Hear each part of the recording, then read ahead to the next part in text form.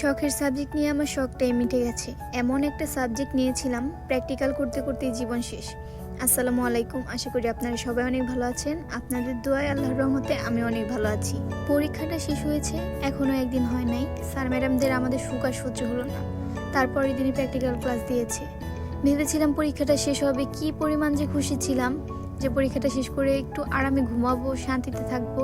কিসের শান্তি, কিসের কি, স্যার ম্যাডামরা প্র্যাকটিক্যাল ক্লাস দিয়ে দিল। এটাই হচ্ছে ন্যাশনাল ভার্সিটির প্রবলেম। এক কথায় সারা বছর এরা কোনো খোঁজ খবর রাখে না। যখন একটা কিছু শুরু হয়, পরীক্ষা শুরু হয়, তখনই তাদের মনে পড়ে যে না, প্র্যাকটিক্যালগুলো করানো দরকার, প্র্যাকটিক্যাল ক্লাসও করো তোমরা, স্টাডি ট্যুরও দাও, সব একসাথে দিয়ে দিবে। আমাদের লাইফে এমন কিছু আত্মীয় স্বজন আছে না, যে সারা বছর কোনো খোঁজ খবর রাখবে না, ফোন দিবে না। যেদিন আমাদের রেজাল্ট বের হবে সেদিন ফোন দিবে, কিভাবে খোটা দেওয়া যায়, কিভাবে এর সাথে তুলনা করা যায়, বাপ মার মনে বিষ ঢেলে দেওয়া যায়। যাই হোক, অনেক কথা বলে ফেললাম। আসলে কি বলবো, মনের কষ্টে দুঃখে এইসব কথাই আমার মাথায় আসতেছে। আজকে সকালে কি যে কষ্ট করে ঘুম থেকে উঠেছি, ঘুম কি ভাঙে। কালকে পরীক্ষা দিয়ে মাথা যন্ত্রণায় সারা রাত পড়েছিলাম, মাথা ব্যথা শেষ হতে না হতেই সকাল হয়ে গেছে। খুব কষ্ট করে সকালে ঘুম থেকে উঠেছি, উঠেই ফ্রেশ হয়ে কোনো মতে কলেজ বাসের জন্য দৌড়। ভেবেছিলাম আজকে কলেজে সেরকম হয়তো স্টুডেন্টও যাবে না, কি রিল্যাক্সে যে দেখি বাসে জায়গায় নাই। এত পরিমাণ স্টুডেন্ট মনে হয় আজকে গেছে, অনেক স্টুডেন্ট তো যেতেও পারে নাই। যাই হোক, অনেক কথা বললাম। তো আজকে আমাদের হচ্ছে প্র্যাকটিক্যাল ক্লাস ছিল। অনেকেই তো অনেক কিছু নিয়ে ভিডিও করে। আমি তো আসলে প্রাইভেট ইউনিভার্সিটিতে পড়ি না যে আপনাদের আমি কিছু দেখাবো। এমন একটা আমার রেগুলার লাইফটাই হচ্ছে মানে একই জিনিস, প্রতিদিন একই জিনিস হয়। তাই ভাবলাম যে প্র্যাকটিক্যাল ক্লাস যেহেতু হবে, আর এখানে আমাদের মিউজিয়ামে যেহেতু ক্লাস হচ্ছে, আমিও দেখবো, আপনাদের সাথেও শেয়ার করি, আপনারাও দেখতে পারবেন আমার সাথে সাথে। এখানে অনেক বড় একটা মিউজিয়াম আছে, আর অনেক ধরনের প্রাণীও রয়েছে। আর আজকে আমাদের ক্লাসটাই মূলত এই মিউজিয়ামের প্রাণী সম্পর্কে, এগুলা নিয়ে আমাদের পড়াবে। তাই সকালে যে আগে তাড়াতাড়ি ভিডিও করেছিলাম, যে ভিডিও করে রাখি, আপনাদের সাথে শেয়ার করব। আর এটা স্মৃতি হয়েও থাকলো। এক কাজে দুই কাজ। এই দেখেন, এই যে কঙ্কালটা দেখতেছেন, এই কঙ্কালটা হচ্ছে আমার বান্ধবীর জামাই। আমার বান্ধবীর আশায় থাকতে থাকতে সে কঙ্কাল হয়ে গেছে। তাই আর কি করব, এর জন্য যত্ন করে তাকে মিউজিয়ামে সাজায় রেখে দিছি, যাতে বান্ধবীকে সে দেখতে পারে কঙ্কাল রূপেও।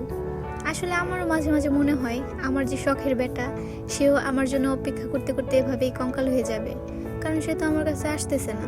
আর এই যে দেখতেছেন এই ছোট ছোট খেলনা, এগুলো নিয়ে আমরা অনেক হাসাহাসি করতেছিলাম। ভাই পুতুল কি যে সাজায় রেখে দিছে, হয়তো ভাইয়া পুরা বা স্যার ম্যাডামরা হয়তো কক্সবাজার গিয়েছিল, ওখান থেকে এনেছে। আর আমার বান্ধবী তো থাকতেই পারলো না তার কঙ্কাল স্বামীকে ছাড়া, তাই তাকে দেখানোর জন্য ওখানে নিয়ে এসেছিলাম। যাও, তোমার হাজব্যান্ডের সাথে দেখা করে আসো।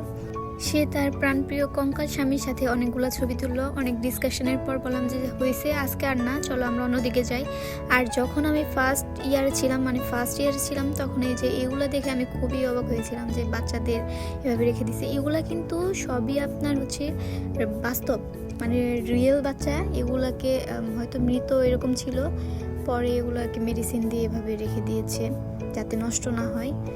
এখানে আসলে মোটামুটি সব ধরনের প্রাণী রয়েছে। প্রাণীবিদ্যা পড়ার এই একটাই সুযোগ যে এখানে আপনি সব ধরনের প্রাণী দেখতে পারবেন। মজা নিলাম ভাই, খুবই প্যারা। প্রাণীবিদ্যা নিয়ে আপনি ভুলেও পড়তে যায়েন না, খুবই প্যারা। প্রাণীবিদ্যা নিয়ে পড়ার মজাটা এখন হাড়ে হাড়ে টের পাচ্ছি। ভেবেছিলাম না জানি কি সহজ সাবজেক্ট, মুখস্থ পড়া, কোনো অঙ্ক নাই, ইংলিশ নাই। বাট হায় রে হায়, আমার পোড়া কপাল। দেখি ইংলিশ আছে, তারপরে এই চিত্র আঁকাও, ওইটার প্র্যাকটিক্যাল লেখো, এটা স্পটিং করো, হাজার প্রবলেম ভাই। এর জন্য বলতেছি, ছোট ভাই আপুরা যদি কেউ আমার ভিডিও দেখে থাকেন, ভুলেও প্রাণীবিদ্যা সাবজেক্টটা নিও না।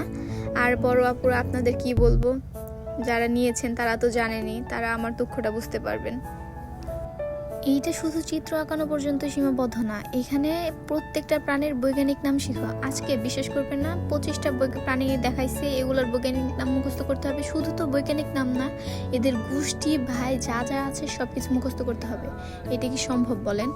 আমি তো পারবো না। আগের বারও টেনে টুনে পাশ করছি, এবার পাশ করবো কিনা সেটার সম্ভাবনা নাই। সাবজেক্টে যে এত প্যারা, আগে জানলে আমি কখনো এই সাবজেক্টটা নিতাম না। বাসায় যে আমি একটা কাজ করি না, মাছ কখনো কেটে দেখি নাই, সেই আমি ফার্স্ট ইয়ারে থাকতে তেলাপোকা কাটছি, চিংড়ি মাছ কাটছি। এগুলা কি ভাই মানা যায় বলেন? এইবার নাকি টাকে মাছ কাটতে হবে। এই সাবজেক্ট নেওয়ার পর আমার একটা কথাই মনে পড়তেছে যে আল্লাহ দুনিয়ার পাপের শাস্তি আমাকে দুনিয়ায় দিয়ে দিছে। কারণ এতগুলা প্র্যাকটিক্যাল করতে হবে, তারপর প্রাণীর নাম মুখস্থ করো, বৈজ্ঞানিক নাম 14 গোষ্ঠীর নাম মুখস্থ করো। এর জন্য মনে হয় যে আসলে ম্যাথ নেওয়াটা ভালো ছিল, ম্যাথ বা কেমিস্ট্রি, ফিজিক্স এগুলো নিলেও ভালো হতো, কারণ এমনিও পারি না, এমনিও তো পড়ি না। ওগুলো নিলে তাও মানুষ বলতো যে হাই হাই কেমিস্ট্রি নিয়েছে, ম্যাথ নিয়ে পড়ে, একটা দাম। তারপর আবার এরকম প্র্যাকটিক্যালের প্যারাটা থাকতো না ভাই। আর এই যে দেখতে পারতেছেন না, এটা হচ্ছে আমার এক্স। আপনারা চাইলে আপনাদের এক্সকেও এভাবে সংরক্ষণ করতে পারেন, আমাদের সাথে যোগাযোগ করেন যদি সংরক্ষণ করতে চান, কারণ আমরা প্রাণীবিদ্যার স্টুডেন্ট, প্রাণী নিয়ে আমরা সবসময় পড়ে থাকি। আর আপনার এক্সও যদি কোনো প্রাণী হয়ে থাকে তাহলে আর দেরি নয়। আর দেখেন এই যে আমার দুইটা বান্ধবী, এরা হচ্ছে দুনিয়ার পাগল। এরা এখন এখানে গবেষণা করতেছে যে এটা কিভাবে চুরি করা যায়, তাদের ধ্যান ধারণা দেখেন। আসলে যে প্রাণীবিদ্যা নিয়ে পড়লে মানুষ পাগল হয়ে যায়, তার নমুনা এরা দুইজন। তারা অলরেডি অর্ধেক পাগল হয়ে গেছে, 4 বছর শেষ হতে হতে ফুল পাগল হয়ে যাবে। চিন্তা নাই ভাই, তারপর আপনাদের সাথে আমি আরেকটা ভিডিও শেয়ার করব যে দেখুন প্রাণীবিদ্যা পড়ার ফল। তারা যে আমাদের ভালো চায় না, এটা আসলে ডিপার্টমেন্টে গেলেই বোঝা যায়। আমাদের বলেছে 9:30 থেকে ক্লাস, আমরা ওখানে যে বসে আছি, ঘোরাঘুরি করলাম, যা যা করা সব কিছু করা শেষ। তাদের আসার খবর নাই, তাদের কোনো দায়িত্ব নাই। পরে বিরক্ত হয়ে আমরা বাইরে চলে গিয়েছি যে যাই বাইরে যে একটু ঘুরে আসি, নিঃশ্বাস নিয়ে আসি, প্রাণী দেখতে দেখতে আবার কখন আমরাও সাপ ব্যাং হয়ে যাব। পরে আর কি একটু বাইরে আসলাম, এসে একটু হাঁটাহাঁটি করলাম। আর এই যে এগুলো দেখতে পাচ্ছেন না, এগুলো নিয়ে আমাদের পড়তে হবে, এগুলোর 14 গোষ্ঠীর নাম আমাদের মুখস্থ করতে হবে। ভাই জীবনটা যে কী বেদনা, এর থেকে সংসার করা 1000 গুণ ভালো। কোন দুঃখে যে পড়ালেখা করতে গেছিলাম, বিয়েটা আটকাই দিছিলাম, বাবা মারে বলছিলাম যে লেখাপড়া করব, এখন তার শাস্তিটা পাইতেছি। এরপর এই যে এভাবে করে আমাদের স্পটিং করতে হয়, সবগুলো বাইরে সাজাই দেয়। এখন অবশ্য নাম লেখা আছে আমাদের দেখার জন্য, পরবর্তীতে এই নামগুলো উঠাই দিবে আর আমাদের লিখতে হবে এদের 14 গোষ্ঠীর নাম। তারপর আর কি ক্লাস শেষ, আমরা চলে এসেছি। ভালো লাগতেছিল না, পরে বললাম যে থাক, স্যাররা আসবে না, স্যারদের মিটিং ছিল, আমাদের ক্লাস করানোর কথা বলে তারা যায় মিটিং করতে। পরে দুঃখ কষ্ট ভারাক্রান্ত মন নিয়ে চলে এসেছিলাম, মানে কোনোভাবে বাসায় যাওয়া পারি, বাসায় যে একটা ঘুম দিব আল্লাহ আল্লাহ করতে চলে আসছিলাম আর কি।